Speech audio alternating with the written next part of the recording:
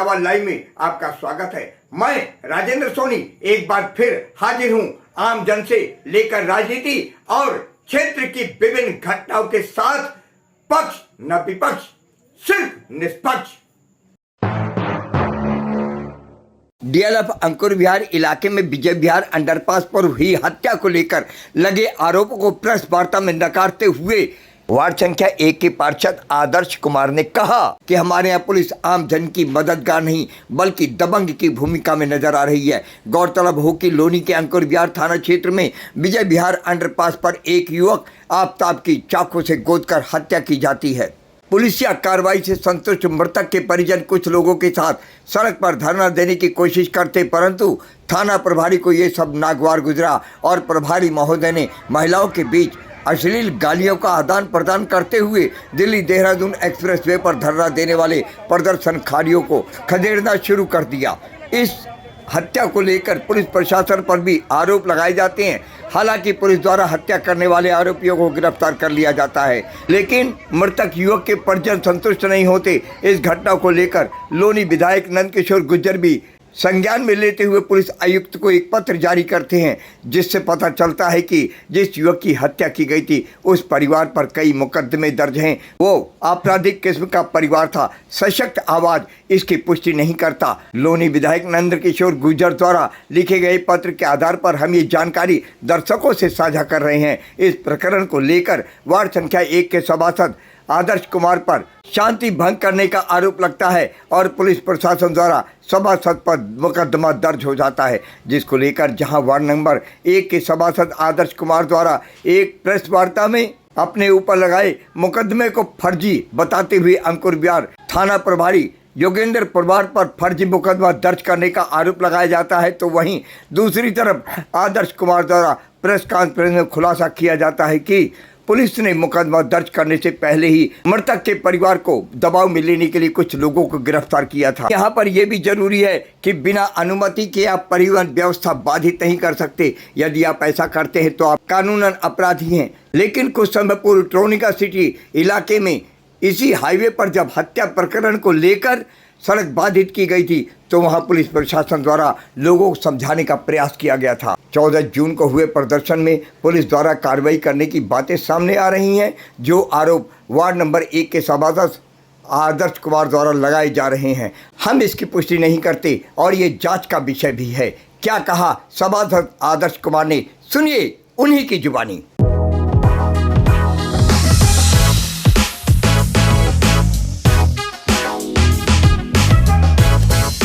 आदर्शीय परिवार के व्यक्ति की हत्या आपके वार्ड में विजय विहार अंडरपास को थी, जो आपके वार्ड में रहता है, जिसकी सहायता के लिए आप गए थे, तो पुलिस प्रशासन द्वारा आप पर भी एक मुकदमा दर्ज हो गया, ऐसी जानकारी हमें मिली है। क्या है ये पूरा प्रकरण? देखिए, पूरा प्रकरण ये है, एक नौजवान युवक आफताब जिसकी उम्र 22 वर्ष थी, उसकी दिनांक 23/6/2026 को बड़ी ही दर्दनाक हत्या थाने से अंकुर विहार थाने से महज 700 मीटर की दूरी पर कर दी जाती है चाकुओं से। हत्या करने वाले जो लोग थे उसमें 4 नामजद 3 से 4 अज्ञात थे, जिसमें मुकदमा संख्या 150/26 दर्ज हुआ। लेकिन जो मुकदमा दर्ज हुआ सिर्फ वो हत्या में ही दर्ज हुआ, जबकि वो एक षड्यंत्र था। आफताब को घर से 2 लड़के बुला के लेके गए थे, उसमें उन्होंने कोई धारा ऐड नहीं करी, सिर्फ हत्या की धारा में उन्होंने वो मुकदमा दर्ज कर दिया, क्योंकि वो एक गरीब परिवार था। आपके कथन अनुसार कि घर से बुलाकर ले गए तो सीधा सीधा मामला अपहरण का भी बनता है जी। तो ऐसी कोई धाराएं बीएनएस नहीं लगाई? ऐसी कोई बीएनएस की धारा नहीं जोड़ी गई, जबकि बीएनएस 61 भी इसमें लगता। षड्यंत्र के तहत बीएनएस 3/5 भी लगता, क्योंकि 1 से ज़्यादा लोग मारने वाले थे। लेकिन कहानी उसमें यह है, जो उसमें 2 लोग हैं मारने वाले हत्या आरोपी, उनका पिता आज़ाद, जो कि पुलिस का बड़ा करीबी है, मुखबरी का काम करता है, तो कहीं ना कहीं पुलिस का सहयोग उसके लिए रहा है और वो पूरी रात और सुबह पूरे दिन थाने पर मौजूद रहा है। जबकि इतनी गंभीर अपराध में पुलिस उसके पिताजी को नहीं पकड़ सकती थी क्या, जो थाने के बाहर बैठा रहा? वो कोई रिश्तेदार था उनका। अरे क्या कारण थे इस घटना में? पुलिस ने आप पर भी अंकुश कसने का कार्य किया, आपके खिलाफ मुकदमा दर्ज कर दिया। देखिए, ये थाना अंकुर विहार का पहली घटना नहीं है। जब कोई अगर न्याय के लिए आवाज़ उठा रहा हो तो उस पर मुकदमे दर्ज हुए। ये थाना अंकुर विहार में जब से SHO योगेंद्र पवार आए हैं, जब से ये स्थिति हो गई है। जो एक्चुअल में घटना होती है उन्हें अपना मुकदमा लिखवाने के लिए बड़ा संघर्ष करना पड़ता है, लेकिन फर्जी मुकदमे मिनटों में दर्ज हो जाते हैं। मामला ये था, जब और लोगों की गिरफ्तारी नहीं हुई तो परिवार विवश होकर अपना शांतिपूर्ण तरीके से, संवैधानिक रूप से, जो कि संवैधानिक हक है विरोध प्रदर्शन करना, वो गड़ी कटैया रोड से जा रहे थे। मुझे किसी की सूचना मिली कि भाई आपके वार्ड के लोग मेन रोड से काफ़ी लोग इकट्ठे होकर जा रहे हैं, क्या बात है। मन की भाई मैं आके देखता हूँ।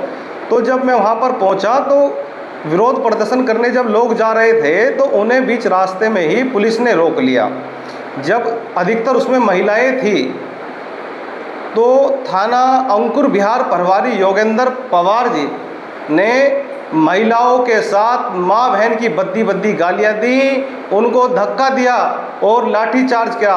अब इन्होंने जो रात मुकदमा, उसके बावजूद ये 3 लड़कों को कॉलोनी से उठाकर लेके गए हैं दबाव बनाने के लिए।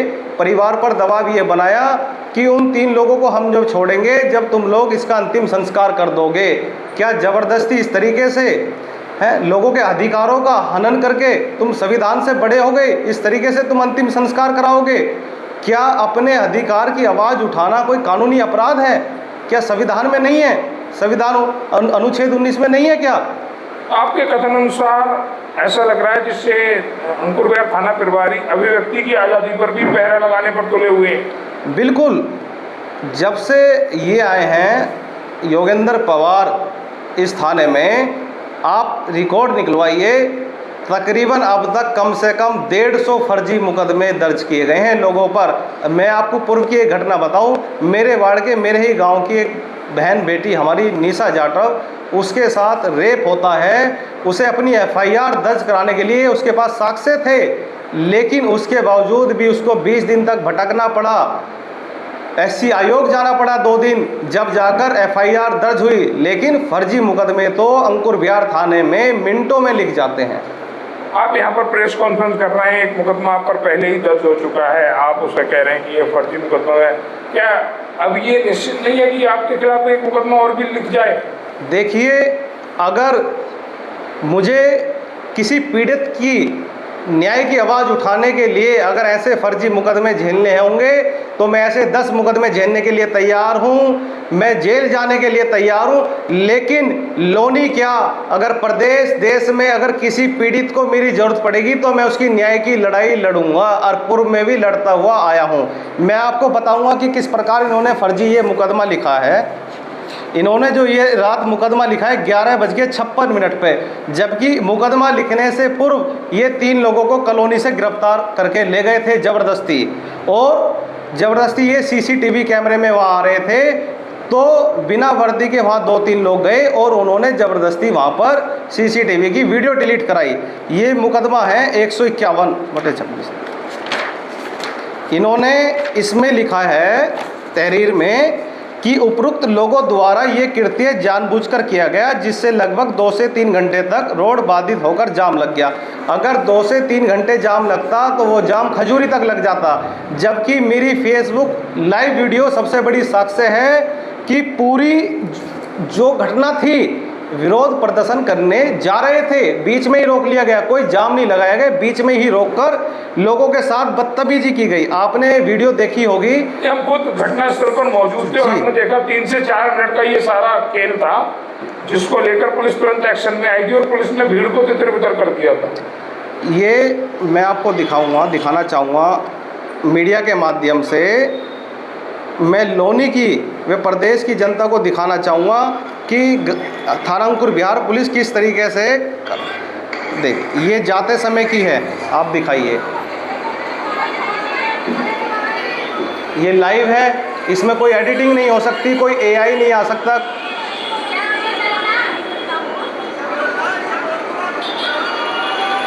आप थोड़ा जूम करके दिखाइए, ये टोटल कितने मिनट की वीडियो है।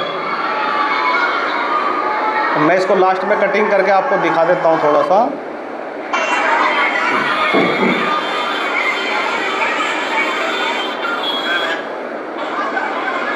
पुलिस ने लाठी चार्ज कर दिया, वहाँ पर लोगों के मोबाइल छीने गए।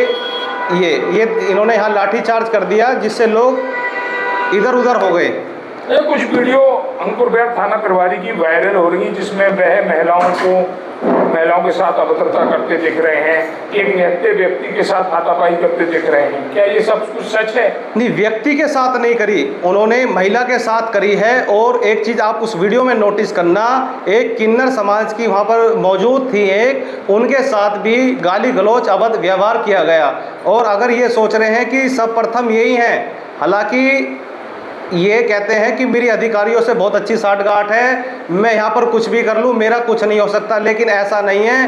न्यायालय है, देश में संविधान है। हम इस मामले को लेकर न्यायालय में जाएंगे और इन्हें दिखाएंगे कि कानून है और संविधान है, और आप सिर्फ एक SHO हैं, एक थाने तक सीमित हैं। आदर्श सभासद जी की अगली लड़ाई क्या होगी इस घटना को लेकर? अगली लड़ाई हमारी ये होगी, जो इनके द्वारा ये फर्जी मुकदमा लिखा गया है और जो इनके द्वारा ये बदतमीजी की गई है, ह्यूमन राइट्स कमीशन में भी हमने इसकी शिकायत करी है। महिला जो है ये आपका महिला आयोग में भी इसकी शिकायत दर्ज करेंगे और हम इसमें कोर्ट जाएंगे। अपने आसपास की खबरों के लिए देखना ना भूलें सशक्त आवाज लाइव न्यूज चैनल। सब्सक्राइब कीजिए एक लाइक के साथ।